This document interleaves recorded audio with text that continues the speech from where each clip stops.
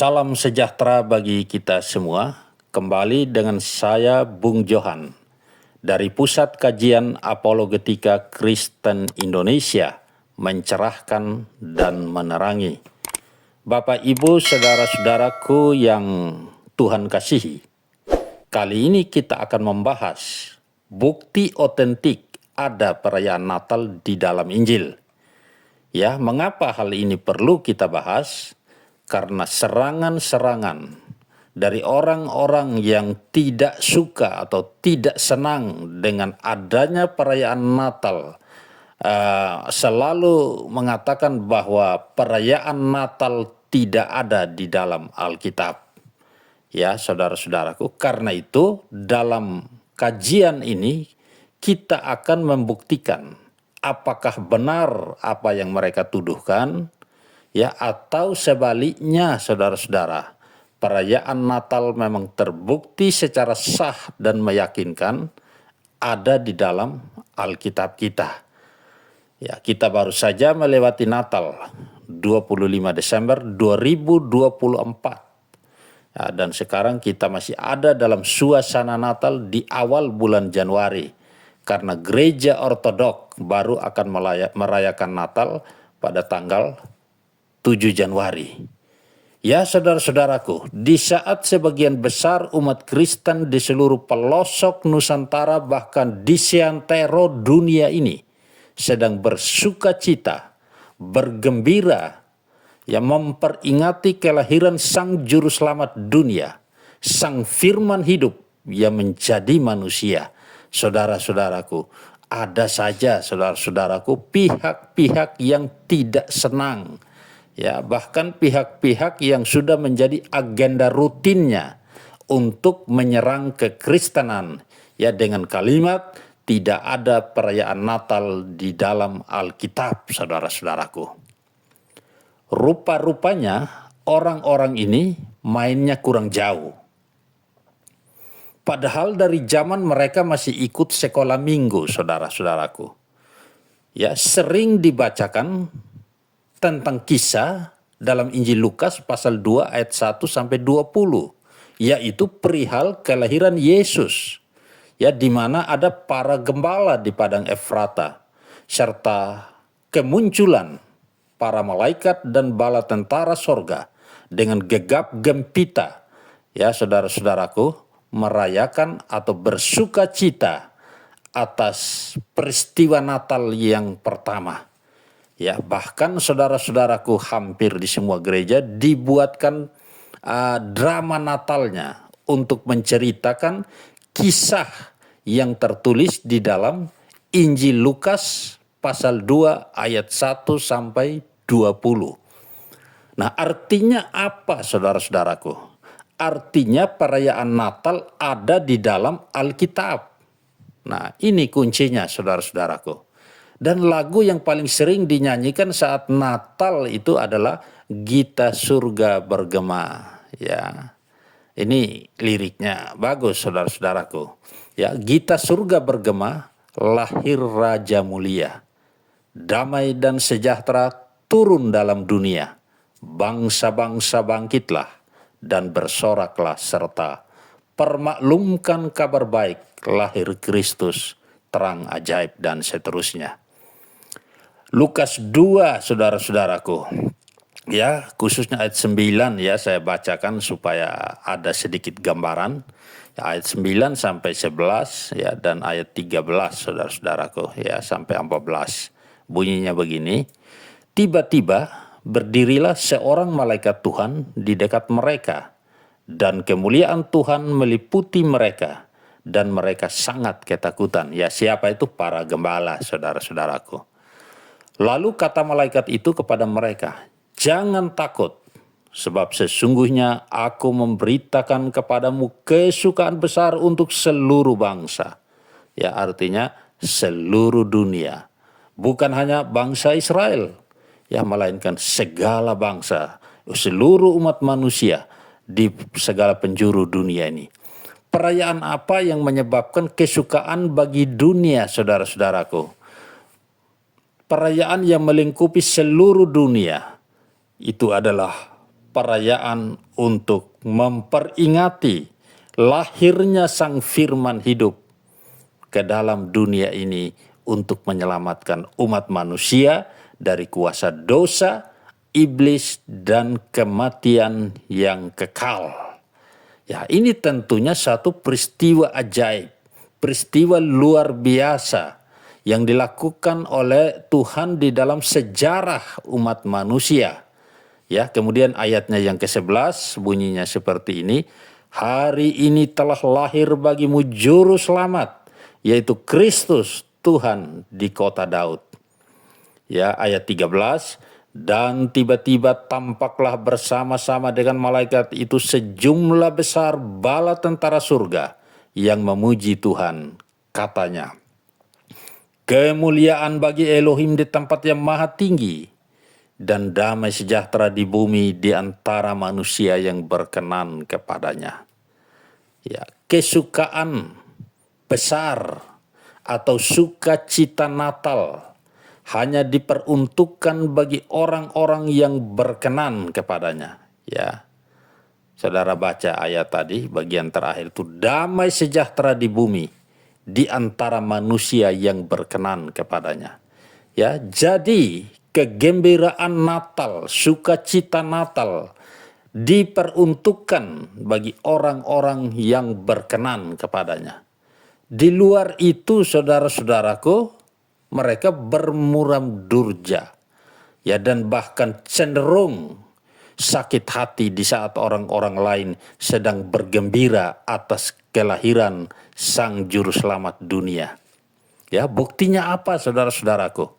Ya, tudingan mereka yang luar biasa ini, saudara-saudaraku, menyerang, bersifat menyerang.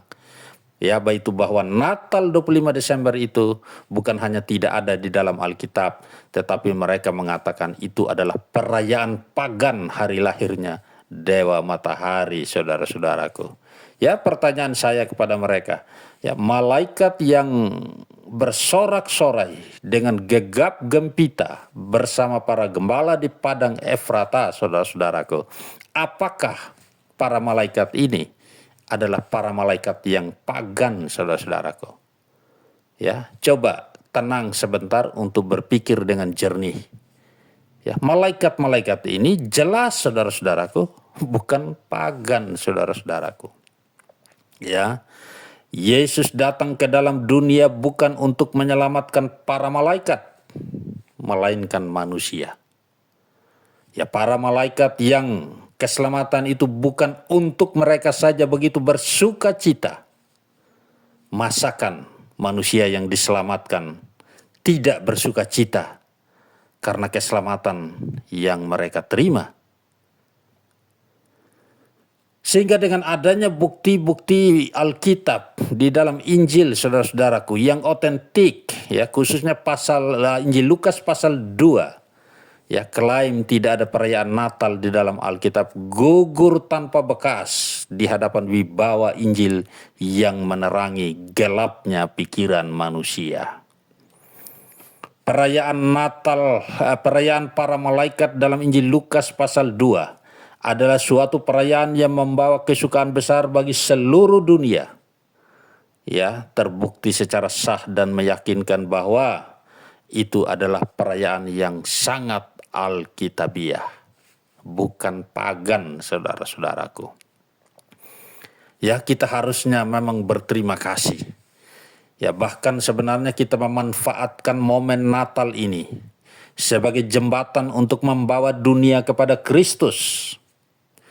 Ya, karena dalam peristiwa Natal ini kita merayakannya secara global mendunia, dan itu kesempatan untuk mengajak orang-orang, mengajak saudara-saudara kita, handai tolan kita, teman-teman kita untuk ikut bersuka cita bersama-sama di dalam peringatan perayaan Natal ini, saudara-saudaraku.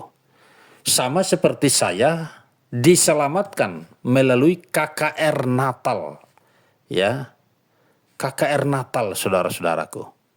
Kalau memang benar yang mereka katakan bahwa perayaan Natal adalah perayaan pagan, yang tidak layak dilakukan oleh orang-orang Kristen, mengapa Roh Kudus menyelamatkan jiwa saat perayaan Natal ini, saudara-saudaraku?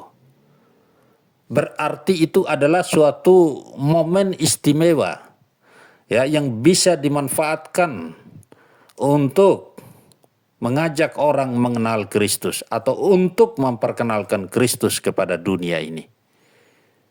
Ya, saudara-saudaraku, ini kadang-kadang yang dipahami secara sempit sehingga mereka terus-menerus menentang dan menentang, saudara-saudaraku. Ya, padahal sudah terbukti, saudara-saudaraku, bahwa perayaan Natal yang kita lakukan dasar biblikalnya jelas. Ya, adalah bahwa Natal adalah satu peristiwa historis, bukan dongeng, saudara-saudaraku. Ya, bahkan kalau mau jujur, tudingan mereka bahwa Natal adalah hari kelahiran Dewa Matahari, justru itu yang adalah dongeng. Ya, coba berpikir sejenak, saudara-saudaraku. Apakah benar Dewa Matahari itu pernah lahir? Tidak ada, saudara-saudaraku. Ya, itu bukan peristiwa historis.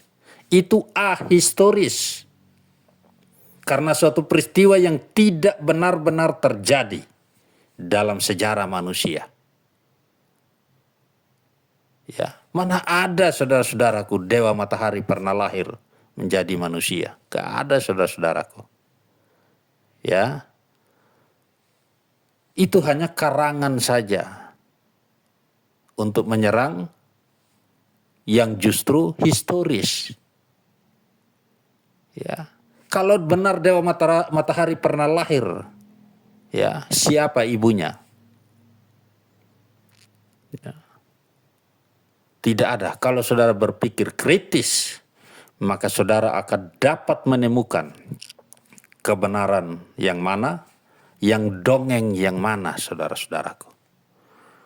Ya, karena itu jangan ragu-ragu untuk merayakan Natal dan membawa jiwa-jiwa kepada Kristus. Ya, itu poin yang paling penting. Ya, jadi bukan juga berpesta pora, bukan juga seperti itu. Maknai Natal dalam kesederhanaan sama seperti para gembala yang sederhana di padang Efrata bergembira bersama malaikat menyambut datangnya Sang Mesias. Ya, dalam kesederhanaan kita menunjukkan kepada dunia bahwa Mesias telah datang untuk menyelamatkan manusia dari kuasa dosa, iblis, dan kematian yang kekal. Nah, itu, saudara-saudaraku. Dengan demikian, ini yang bisa saya sampaikan pada kita semua untuk mendukung pelayanan melalui channel ini. Ya, silakan Bapak Ibu memberikan dukungan subscribe, like, dan share, ya. Bagikan kepada sebanyak mungkin orang supaya semakin banyak orang yang mengetahui kebenaran. Ya, kesalahan-kesalahan yang terjadi tidak bisa kita biarkan karena itu akan meracuni generasi berikutnya. Tugas kita yang telah menerima pencerahan, ya, tentang suatu kebenaran, tugas kita adalah untuk berbicara, menyatakan kebenaran.